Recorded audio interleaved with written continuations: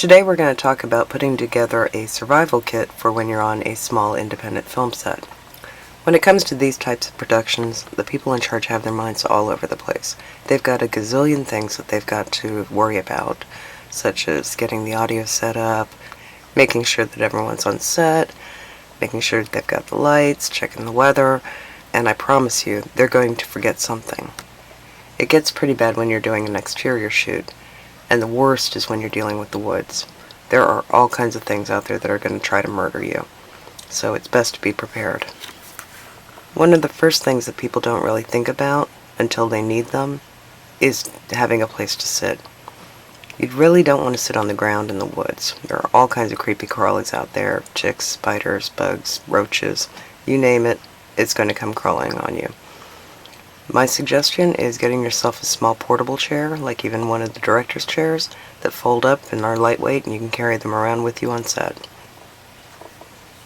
Like I mentioned before, there are all kinds of creepy crawlies out there that are going to try to murder you. My suggestion is to familiarize yourself with the local wildlife, particularly things like snakes, spiders, and other venomous creatures. It also helps to be able to identify poisonous plants. It's amazing how many productions forget to bring things like bug spray and sunscreen, but these are two of your best friends when it comes to exterior shoots. Now, I hate to say this, but there are an awful lot of really small productions that want to have some action but really don't know how to do stunts.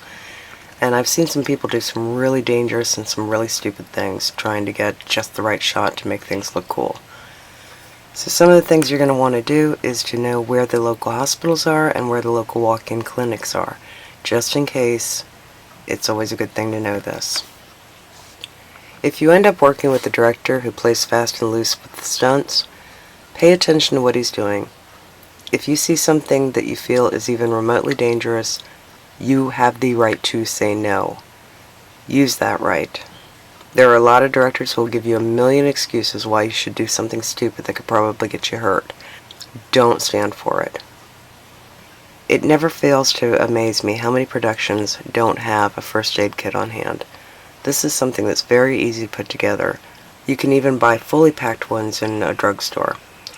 They're usually very small, just stick it in your car, keep it with you at all times. This is a good habit to get into anyway, even when you're not on a set. Now, another crazy thing, and you'd think that people would think about these things, is that sometimes when you're on a location, there is no way to get food to the set. I've seen this happen a few times before, and boy, can things get ugly. So what you're going to want to do is pack yourself a little care kit with some water and some snacks, anything non-perishable, because it's going to be sitting in your car and it could be really hot or really cold. Either way, you're going to want something that you can munch on, some things to drink. If you're feeling particularly generous, have a whole case of water and, pretzels or something in your car to hand out if people need them. Now, this one's for the horror filmmakers. Things get messy. Really, really messy. And if they're going with the whole corn syrup and food dye blood, they're going to be attracting a lot of insects too. So, if you're scheduled to die or get mangled in some way on a horror set, bring yourself an overnight bag. Have a change of clothes, a towel, and some soap. Even if the only water you can find comes out of a sink in a bathroom, you can at least get cleaned up a little bit. Coming onto a set prepared is going to be a lifesaver for you at some point, and probably for other members of the cast or crew. It's always a good thing to travel with it. You can get yourself a good large duffel bag that you can stick everything in, stick it in your car, and you're good to go.